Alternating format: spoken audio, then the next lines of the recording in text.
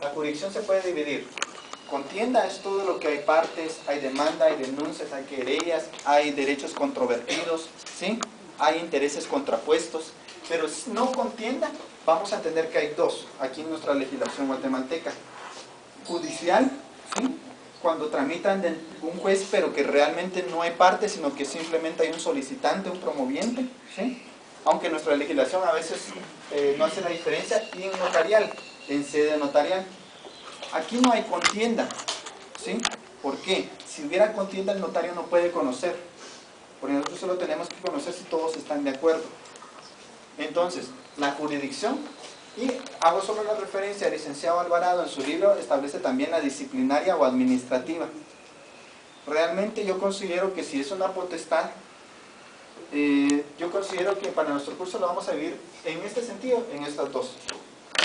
Porque aún si vamos a estudiarlos considerando del decreto 74-77, establecemos que la jurisdicción de la función notarial es como una extensión del quehacer del notario. Antes el notario, ¿qué hacía? Solo instrumentos públicos, ¿sí? A partir de 1963, y entró en vigencia 64, el notario, ¿qué empieza a realizar? Conocer, tramitar y resolver asuntos en que no existen contienda, ¿sí? ¿Por qué? Porque el notario le da esa facultad. Entonces, ¿ahora qué hace el notario? Es el profesional del derecho, encargado de una función pública que consiste en ¿qué? Recibir, interpretar y dar forma legal a la voluntad de las partes, redactando los documentos que considere necesarios, conservando los originales y expidiendo copias de los mismos que han pedido su contenido. Asimismo, ¿qué? Conoce, tramita y resuelve asuntos de jurisdicción voluntaria. Esa es una definición íntegra. No se maneja aún, pero sí es importante. Ahora, ¿entendemos esto? Esquema, sencillo. Muchos que me pusieron en las preguntas de este primer trabajo. Diga la clasificación de jurisdicción. Civil, penal, administrativa, mercantil, creo que me pusieron. Laboral. No, señores, eso se llama competencia. Yo si hubiera sido examen estuviera mal. O sea, ¿por qué? Porque la jurisdicción, cuando es con contienda, se divide en ¿qué? Competencia.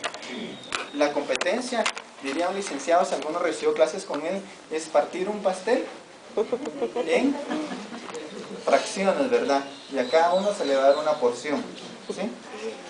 Entonces, eso es verdad. Es una ejemplificación, todavía me recuerdo, también recibí clases con él ya hace varios años, pero sí me recuerdo del pastel.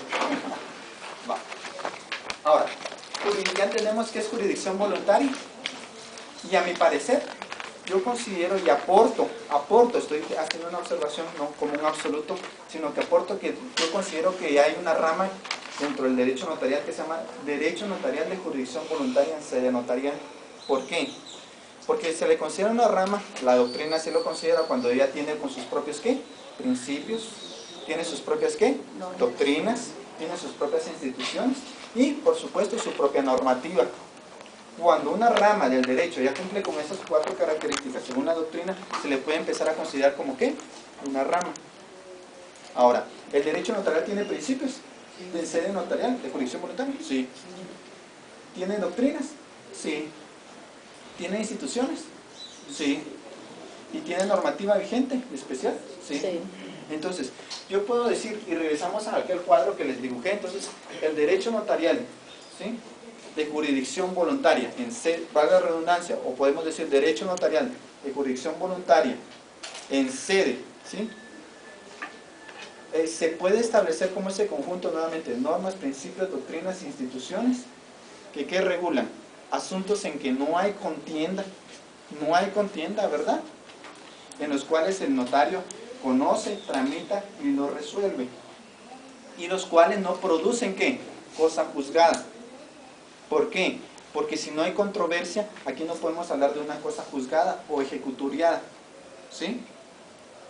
Entonces, esos son importantes aspectos para poder establecer, y si lo buscamos en los libros no hay una definición per se de lo que es este término o esta institución, porque eso, como les digo, yo considero que en 1977 este derecho es un derecho, una rama del derecho joven, ¿sí? De los más recientes tal vez, pudiera ser, y yo hago una aclaración, eso es todavía un pensamiento, una aportación. pienso yo que más adelante puede ser revestido y más adelante tal vez vamos a ver hablar directamente de esta rama del derecho. Ahora, ¿qué leyes, si estamos hablando que hay normativas, qué leyes regulan la jurisdicción voluntaria? El Código Procesal Civil y Mercantil, ¿sí? Y nos vamos a ubicar específicamente, porque esto también puede ser sujeción del examen, puede ser en el Decreto Ley 107, tenemos en el artículo 450, leamos el artículo 450 y empezamos directamente. Si hay preguntas, aquí sí pueden ir objetivamente y las podemos hablar, porque realmente les digo, me siento como en universidad privada. Y sin menospreciar a los San Carlos, pero sí me siento, como muchos los estoy conociendo hoy.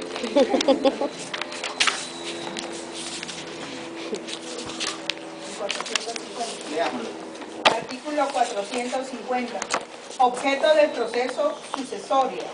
Sin perjuicio de que los interesados obtengan la declaración judicial de otros derechos que pudieran haber emanado del fallecimiento de su causante o de su muerte presunta, el proceso sucesorio determinará cuando menos, primero, el fallecimiento del causante o su muerte presunta.